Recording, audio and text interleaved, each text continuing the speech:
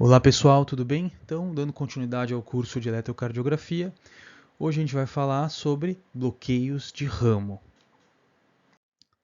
Então, recapitulando como funciona o sistema elétrico do coração. Tudo começa lá no teto, na parte superior do átrio direito, onde a gente tem um nó sinusal, que vai então emitir um sinal de despolarização que vai percorrer os feixes internodais, percorrer o feixe de Bachmann indo aqui para o átrio esquerdo, chegando então finalmente ao nó do atrioventricular, que tem a função de filtro, a função de lentificação, formando então o sistema de His-Purkinje, o feixe de His, que é espesso, que logo em seguida ele se divide em feixe direito, em ramo direito e ramo esquerdo. O ramo esquerdo ele tem três grandes divisões: antero-superior, antero-medial e póstero-inferior. O direito também tem pequenas subdivisões, são menos relevantes. Toda vez que a gente tem uma perda de sinal, tá, um bloqueio de um desses ramos, a gente tem então a perda de um sistema rápido de condução, de um sistema especializado em conduzir rapidamente a despolarização, o sinal elétrico. Portanto, digamos que você tem aqui então um bloqueio do ramo direito. Ele vai rapidamente despolarizar então o ventrículo esquerdo de forma normal. Só que em seguida ele vai precisar despolarizar a massa de miócitos do VD de forma anômala, percorrendo não mais um sistema especializado, mas percorrendo miócito a miócito. Portanto, isso ocorre de forma lenta e a gente vai ver que isso tem uma repercussão de como vai ficar a inscrição do nosso QRS devido a essa lentificação do processo. Então, tanto a morfologia quanto a duração do QRS vão estar bastante modificadas e alteradas devido a esse processo onde houve então um bloqueio de ramo e, consequentemente, a necessidade da transmissão do impulso elétrico ocorrendo via miócito a miócito, célula a célula. E quais são as consequências dos bloqueios de ramo para despolarização e repolarização? Veja, o que a gente tem que pensar agora é no vetor. Tá? Então, o vetor da despolarização ele aponta para o mesmo lado do ramo bloqueado. É importante entender e não decorar. O que acontece? Se eu tenho aqui um bloqueio de ramo direito, eu vou ter uma rápida despolarização do ventrículo esquerdo utilizando o ramo esquerdo normalmente. E em seguida vai ter aquele fenômeno de salto de onda, que é esse fenômeno onde a gente precisa ultrapassar o septo, miócito a miócito. Portanto, no final de todo o processo, eu tenho um grande vetor, que vai ser um vetor isolado e lento, certo? Que então vai por estar isolado, não tem outros vetores se contrapondo a ele. Então ele vai predominar, ele vai ser grande. Grande e lento, portanto, grande e largo. Então o que, que eu vou ver? Um vetor final apontando para a direita, tá? Então na mesma direção do ramo bloqueado. E o BRE? A mesma coisa. Tá? Eu tenho aqui um bloqueio de ramo esquerdo, ele vai usar a via rápida da direita e em seguida vai passar para cá. Esse processo de passar para a esquerda ele vai ser lento e vai predominar, porque está ocorrendo no final do processo. Então um grande vetor aqui no BRE também apontando para a esquerda. Veja, toda vez que eu tenho uma importante alteração de despolarização, eu vou ter também uma alteração de repolarização, certo? Esse é um conceito super importante, que são as alterações secundárias da repolarização. Qual que é o conceito aqui? Então, eu tenho um vetor de repolarização apontando para o lado oposto ao da despolarização. Tá? Então, digamos que no ventrículo, aqui no BRD, eu tenho uma rápida despolarização do VE. Tá? E aí o que acontece? O primeiro a se repolarizar vai ser de fato o VE. Só que aqui o vetor aponta para o lado oposto. Tá? Então esse é o conceito. Então o que, que acontece? Eu vou ter, então, portanto, o vetor de repolarização oposto ao QRS. Então eu vou ter, digamos, um QRS para um lado e uma onda T e um segmento ST apontando para o outro, tá? Discordantes. Esse que é o conceito mais importante. Tá? Então, o que acontece? Por definição, eu tenho uma despolarização lenta, portanto, um QRS alargado, e a gente vai definir isso como um QRS acima de 120 milissegundos. Tá? No caso, ele está utilizando o sistema de condução ainda de forma adequada. Eu digo o sistema de condução tá, o sinal ainda está nascendo no nó sinusal, está descendo, passando pelo feixe atrioventricular. Portanto, aqui eu tenho uma onda P precedendo no QRS. Esse é um conceito importante, não é um simples sinal sendo produzido pelo ventrículo. E aí a gente tem também o que? As alterações secundárias de repolarização, que vão se traduzir por onda T e segmento ST se opondo ao QRS. Então aqui eu coloquei um exemplo, por exemplo, de um BRE. Tá? Então eu tenho o que? Um QRS super negativo para baixo, grande e largo, e com o que? Um supra ST e onda T opostos. Tá? Então o vetor apontando para o outro lado. Falando um pouco agora sobre o bloqueio de ramo direito. Então, o racional aqui é primeiro pensar de novo nos vetores. Então, qual o primeiro vetor a ser formado na fisiologia normal? É o vetor septo médio, a gente já viu. Lembra por quê? Ele ativa um pouco mais rápido pela esquerda. A via esquerda é um pouco mais ágil. Então, o septo médio ele acaba sendo despolarizado inicialmente um pouco da esquerda para a direita, formando este vetor aqui. Certo? E em segundo, a gente tem o vetor de despolarização da parede livre do VE, tá? Que também vai ocorrer normalmente. Portanto, digamos que você está aqui observando do olho elétrico de V1, certo? Então, o que eu vou enxergar? Um primeiro vetorzinho, olha só aqui, ó, apontando para o olho elétrico de V1, tá? Então, formando uma pequena onda R. E em seguida, o vetor de despolarização da parede livre do VE, afastando-se do olho elétrico de V1, portanto formando uma onda S. E o que acontece em terceiro lugar? É aquele vetor tardio, onde a gente já teve a despolarização de todo esse processo aqui, e em seguida vai partir para o VD, tá? Que é o lado que está bloqueado. Então a gente tem um grande vetor tardio e lento que vai apontar para a direita. Portanto, eu vou enxergar um grande vetor que é aqui, ó, se pronunciando como uma onda R', né? Então, R'inho, S, R'ão', tá? Aquele padrão clássico que eu vou observar principalmente em V1 e V2. Então, esse é um ponto super importante, né? Focar nos bloqueios de ramo direito e esquerdo, focar em duas derivações, tá? Ah, tem alterações em outras? Tem sim, mas não é o mais importante. Então, grava o conceito de como é essa morfologia que na verdade é resultante desses processos de vetores que estão sendo formados em V1 e V6, que você consegue matar o seu diagnóstico olhando somente para essas duas derivações. Então, em V1 eu vou ver esse clássico aspecto de R'inho, São, R'ão', tá? Que é o aspecto em M ou em orelha de coelho. E depois em V6, um aspecto de Qzinho, R'ão, S espessado, tá? Que é bem característico. Então, fique atento a esses parâmetros em V1 e V6. Ah, mas como é que fica as outras, a frontal, etc? Não é muito relevante, tá? E as intermediárias também não são tão relevantes.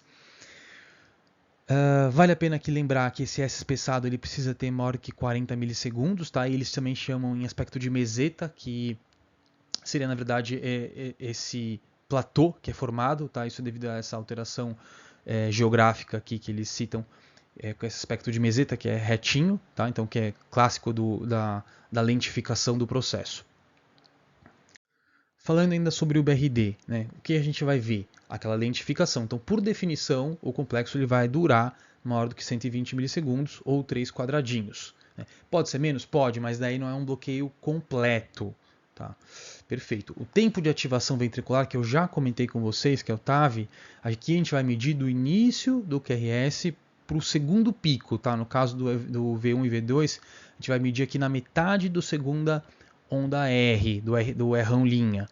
Tá? Então aqui ele vai estar um tanto quanto alargado, mostrando esse processo de lentificação da ativação ventricular. E aquelas famosas alterações secundárias da repolarização. Então a gente tem uma alteração importante da despolarização causando uma grande alteração de repolarização. O que a gente vai ver aqui em V1 e V2, a gente tem o que? Um QRS positivo.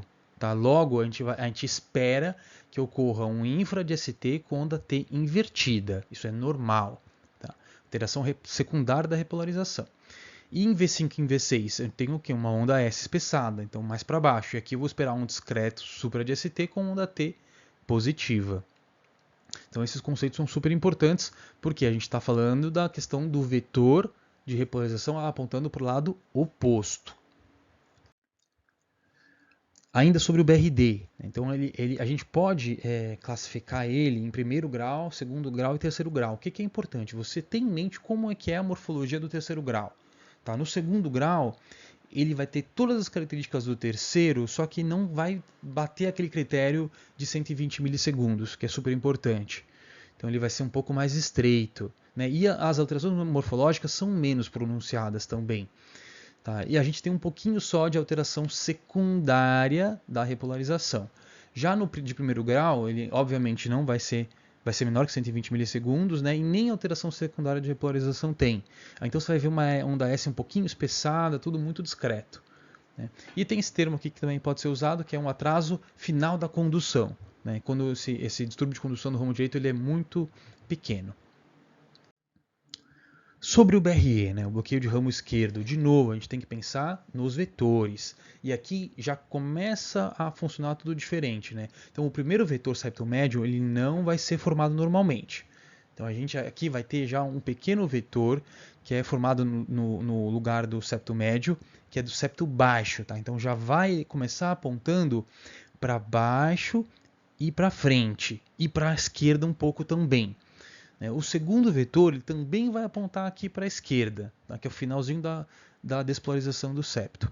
E o terceiro vetor, adivinha, vai ser o VE se despolarizando de forma muito tardia e lenta. Então, um grande predomínio, né? Uma grande amplitude aqui de QRS predominando para a esquerda. Então, olha o detalhe aqui, todos estão apontando para a esquerda. Né? Então, isso vai mudar bastante a nossa morfologia.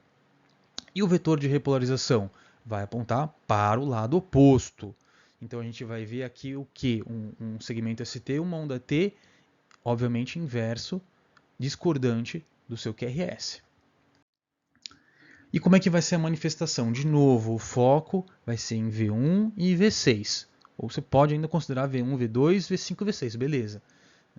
E aí o que acontece aqui? Todas as resultantes vetoriais estão apontando para a esquerda. Então, imagina V1, o que ele está enxergando? Todos os vetores se afastando dele. Então, eu vou ter aquilo que a gente chama de um complexo QS.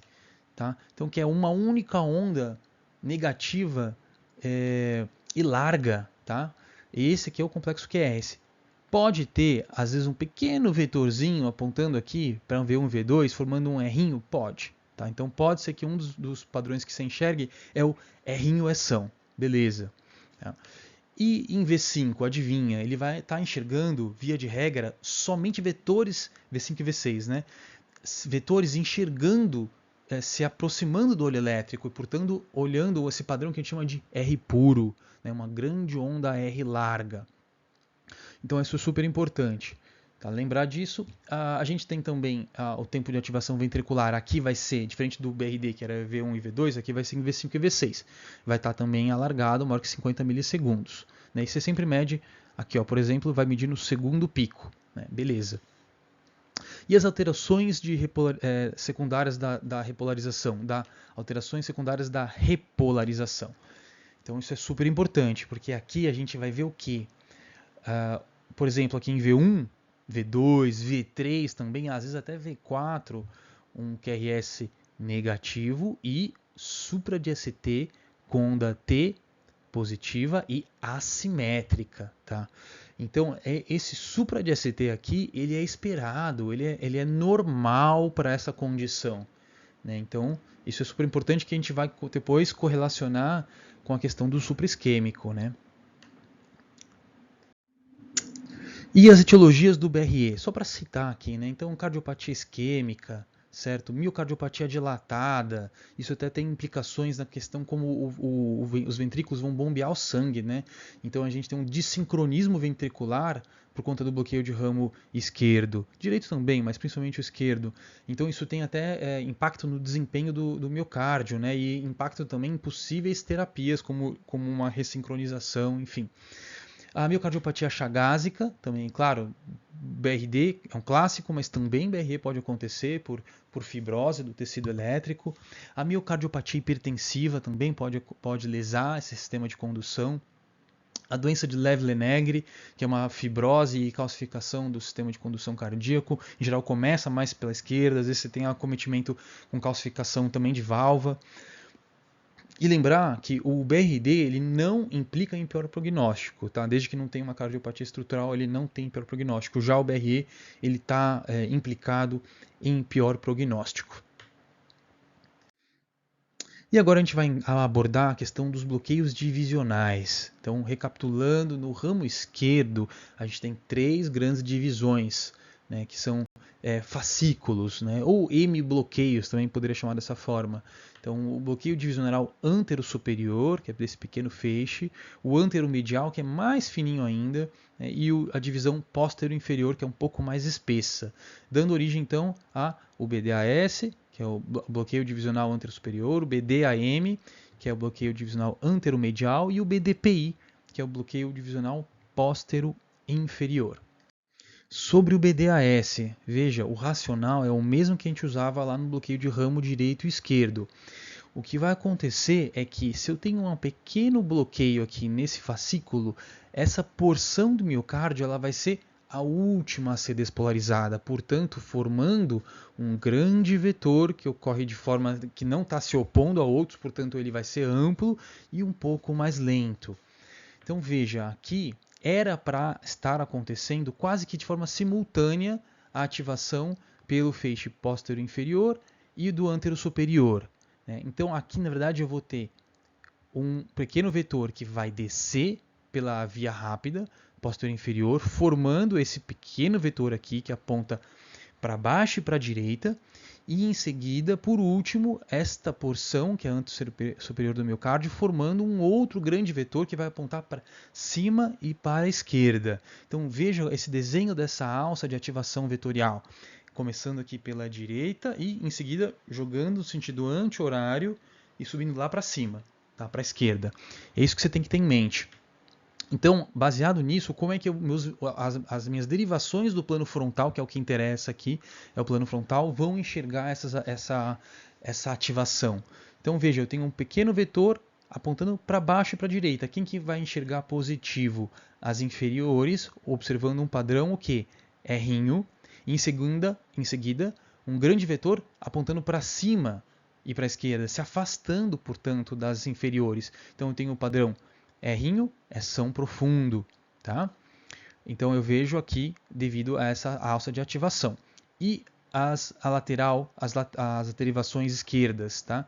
D1 e AVL. Eu vou enxergar o oposto. Então eu vou ver um pequeno vetor se afastando e depois um grande vetor apontando para estes olhos elétricos aqui. Então o que eu vou enxergar em D1 e AVL? Primeiro uma onda Qzinho. Em seguida, uma R ampla aqui. Então, um Qzinho, R amplo, perfeito. Então, esse é o racional.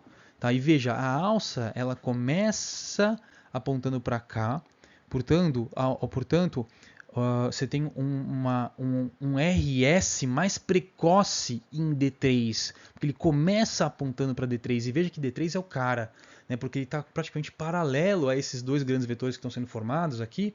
Então ele vai enxergar muito bem o que está acontecendo. Então D3 aqui é super relevante, ele vai ver um RS mais precoce e um S mais precoce e mais profundo em D3. Tá? Justo pela questão da alça de ativação ocorrer dessa forma.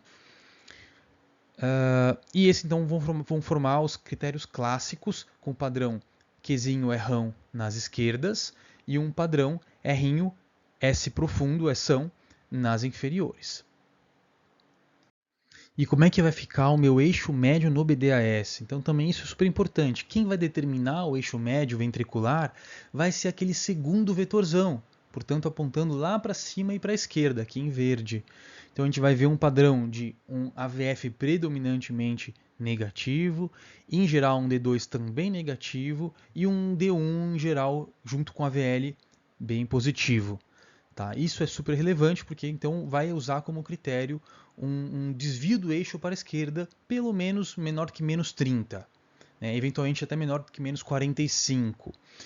E aí a gente tem a questão que eu já comentei com vocês da S mais precoce, do RS, e a onda S mais precoce, mais profunda em D3 do que em D2. Tá? Então a gente vê que começa um pouquinho antes aqui em D3 e ela é mais profunda também em D3 pela questão da ativação da alça vetorial. Etiologias de BDAS, né? Então as parecidas, né? Hipertensão, isquemia, valvopatia aórtica, a doença de degeneração Leve-Lenegre, né? E o Chagas é um clássico, você não pode esquecer da associação de BRD com BDAS. Aqui eu coloquei para vocês um exemplão bem bonito aqui de BDAS, tá? E então esses aqui são os critérios clássicos, né? Então desvio do eixo do QRS para a esquerda, né? Além de menos 30, às vezes eventualmente até menor que menos 45, o QRS não vai alargar porque não é o suficiente para que ocorra, não tem aquele salto de onda, não precisa passar pelo septo interventricular, então é um pouco mais largo, mas não é tanto assim. Você tem aqui o padrão Qzinho errão nas D1 e AVL, a gente já sabe por quê, né? O padrão oposto nas inferiores, então um pequeno vetorzinho se aproximando das inferiores e um grande vetorzão se afastando delas. Então é rinho, é são. Né? A onda S mais profunda em D3 do que D2, que eu já comentei. Né? E você pode ter, eventualmente, ondas S profundas aqui nas intermediárias precordiais, tá? Que é uma onda S aqui em V5 e V6, mas até dá para ver aqui mais profunda. Então, para treinar, é legal até olhar como é que está o eixo aqui. Né? Então, por exemplo, vamos lá. Ó, D1 está positivo, então eu já sei que o meu eixo final está apontando, tá na metade esquerda, beleza. Vou olhar para quem agora? Para a VF. A VF está como? Opa, a VF está negativo. Então já sei que está na metade superior, sobrou para mim o que? Só o quadrante superior esquerdo. Ok. Em seguida eu vou olhar para as duas que não cruzam. Então eu vou olhar primeiro para D2. Tá? Então, opa, D2 está negativo. Então olha aqui, ó. Então a primeira que não cruza, D2. Então eu vou traçar aqui, está negativo, está na outra metade. Então, beleza. Me sobrou o quê? Somente de menos 90 a menos 30. E aí eu vou olhar para quem? Para a VR. A VR está negativo. Olha só. Então, a VR 90 graus está negativo, está nesta metade aqui. Então, a área de intersecção que sobrou foi só quem? Entre menos 30 e menos 60. Então, é aí que está o meu eixo, portanto, um eixo desviado, né? Sobre o BDPI, perfeito. Se você entender o BDAS, o BDPI ele vai se comportar de uma forma quase que oposta. Então, o que vai acontecer? Se eu tenho um bloqueio nesta porção aqui, a ativação vai ocorrer pela divisão antero-superior. Então, despolarizando primeiro esta região aqui, fazendo um vetor apontando para cima e para a esquerda, e posteriormente descendo quase que miócito a miócito para baixo e para a direita, formando então um segundo grande vetor apontando para baixo e para a direita. E a alça vetorial agora vai ser exatamente oposta. Então eu vou estar com um vetor apontando para cá e em seguida jogando para lá. Então agora vai estar a alça vai ocorrer no sentido horário. Perfeito. Então como é que vai se manifestar isso de novo no plano frontal, que é o que interessa aqui? Então eu vou primeiro olhar aqui em cima, um pequeno vetor se apontando para os olhos elétricos de D1 e AVL, formando então uma pequena onda R. Em seguida, um grande vetor se afastando, formando uma onda S profunda. Então, é um padrão nas laterais, lateral alta, R'inho é são. E nas inferiores, eu vejo aquele pequeno vetor se afastando das inferiores, formando um Qzinho, em seguida um grande vetor olhando para as inferiores, formando um padrão de errão. Perfeito. Então, é isso que eu estou falando aqui. Onda R, R'inho em D1 e AVL, e um Qzinho nas inferiores. E o segundo vetor formando uma S profunda, D1 AVL, e uma R ampla nas inferiores. E aqui, da mesma forma que acontecia lá, da questão do RS mais precoce, mais profundo, do S mais profundo em D3, aqui a gente tem um Q mais precoce, mais profundo em D3 do que em D2. E aí o eixo médio do BTPI? Aqui a gente vai ter então um desvio para direita do eixo, tá? Então ele fica para além de mais 90. Então a gente vai olhar aqui D1 e AVL predominantemente negativo, AVF predominantemente positivo. Em D3, bem positivo, né? Porque D3, de novo, é o cara, ele está olhando muito paralelo ao que está acontecendo aqui. Então, olha a onda R em D3, como ela vai ser mais ampla do que em D2. É lógico, né? Às vezes ele está acontecendo quase que 90 graus, né, perpendicular a D2, não vai enxergar bem D2. A VR também não vai enxergar tão bem. Enfim. E aí, causas possíveis, tá? De desvio do eixo. Então, entra com alguns diferenciais aí, tá? Então, você teria até que afastar outras causas de desvio do eixo para a direita, né? Sobrecarga de VD, infarto lateral, tá? E o BDPI, que é, claro, uma causa importante de desvio para a direita. O significado clínico do BDPI, né? É um sinal indireto de cardiomiopatia, perfeito, né? Pode vir associado ao BRD, tá? Num contexto de isquemia, é um fator de mau prognóstico, porque aqui, lembra, é uma via mais grossa, tá? O estrago foi maior. Né? E pode também estar associado à valvopatia aórtica e à doença de degeneração de Leve-Lenegre. Deixei aqui um exemplo de BDPI para vocês. Então, aqui os critérios. Então, a gente tem um desvio do eixo do QRS para além de mais 90, bem desviado para a direita. Né? Esse não, tem que ter não pode ter outras explicações que determinem esse desvio do eixo para a direita. O QRS ele vai ser estreito, então, porque não é o suficiente de novo para ter um grande alargamento. O padrão aqui vai ser o padrão R, é são profundo em D1 e AVL, tá? A gente já entendeu por que também, pela questão da ativação, formação dos vetores. O padrão Qzinho é rão nas inferiores, lógico, o final vai estar um grande vetor apontando para as inferiores, então eu vou ver o errão. E uma onda R maior em D3 do que em D2. E aqui a gente também pode treinar a questão do eixo, né? Então, por exemplo, vamos olhar aqui para D1. Opa, D1 está negativo, então eu sei que está na metade direita agora, beleza. E a VF? A VF está bem positivo, então eu sei que está no quadrante inferior direito. O meu eixo vai estar por aqui. Quem são as duas que não cruzam? Então eu vou olhar para a AVR e vou olhar para D2. Beleza, eu vou olhar para a VR primeiro. A VR está negativo. Então, olha aqui para a VR. Seria nesta metade aqui. Então, sobrou entre mais 120 e mais 90. Por desencargo de consciência, eu vou olhar para D2. Então, D2 está bem positivo. Olha só. D2 bem positivo. Qual que é a metade de D2? Então, seria para cá. O que sobrou, então? Entre mais 120 e mais 90. Sobre o BDAM, né, um bloqueio divisional anteromedial. Então, esse pequeno feixezinho aqui. Né, então, ele é um fascículo que vai ir para o septo. Tá? Ele desce pelo septo. Então, o impacto dele agora vai ser um impacto anteroposterior. Eu não vou ver grandes alterações mais agora no plano frontal. Tá? Então, o impacto desse bloqueio divisional ele é muito peculiar, porque é anteroposterior. Então, o que vai acontecer? Lembra aquele primeiro vetor que ia ser formado, que é o vetor septo-médio, ele não é mais formado. Então, e o vetor septo-médio, o que ele fazia, por exemplo, aqui em D1? Tá. Ele era um pequeno vetor se afastando de D1. Então, ele era responsável por formar um Qzinho em D1. Também formava, quem está junto aqui? V5 e V6 está junto de D1. Né? Formava um pequeno vetor se afastando. Então, a gente tinha um Qzinho. Esse Qzinho deixa de existir, porque eu não tenho mais a formação do vetor septo médio. Perfeito. E o que vai acontecer depois?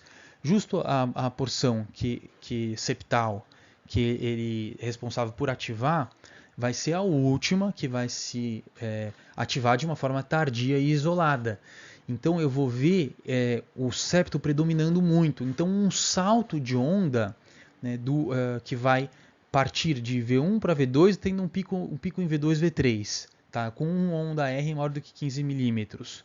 Então o vetor predominante será do septo, levando a uma formação de uma onda R ampla de V1 para V2, V3. Beleza? O QRS não vai estar alargado, tá? Não tem uma alteração relevante no plano frontal, certo? Então a questão aqui é antero-posterior. Aqui um exemplo de BDAM, olha só o salto de onda aqui. tá? De V1 para V2, um grande salto de onda. E ela tem acima de 15 milímetros, beleza. Tá? Eu não tenho mais aquela ondinha aqui que estava se afastando, né? O vetorzinho se afastando em D1, V5 e V6, beleza. Tá? Então, esses são os critérios de BDAM, que é um bloqueio divisional, assim, digamos, com menos evidência, que é mais discutido na literatura. A gente tem também alguns conceitos que são os bloqueios bifasciculares. Vale a pena citar só o BRD com BDAS, porque é um clássico do Chagas. Tá? O BRD com BDPI também é importante saber. Tá? Também está associado a Chagas, e se tiver um contexto de isquemia é péssimo prognóstico. Tá? E aí você vai ter uma junção, né? Veja, o BRD com BDAS, eu tenho um BRD com um grande desvio do eixo para a esquerda. Tá? E aqui no caso do BRD com BDPI, eu vou ter o padrão de BRD, portanto o RS é rão linha e o RS espessado, com um padrão Qzinho é rão nas inferiores, tá? Que a gente já acabou de ver. E por fim, os bloqueios trifasciculares, que a gente vai definir. São dois principais que a gente tem na literatura, que é o BRD com BDAS mais BAV de primeiro. Então, esse eletroquei é um bloqueio trifascicular, tá? Já é uma doença do sistema de condução já importante. Tá? Então, inclusive, às vezes pode até predizer a probabilidade de desenvolver BAVT. Então, a gente tem aqui BRD com BDAS ou BDPI, né? E o BAV de primeiro, que então é aquele intervalo PR acima de 200 milissegundos. Se você contar aqui, vai ver que está alargado. Outra opção também de trifascicular seria uma alternância no mesmo traçado de BRD com BRE, BRD com BRE. E é isso aí, pessoal. Espero que tenha ajudado. Forte abraço.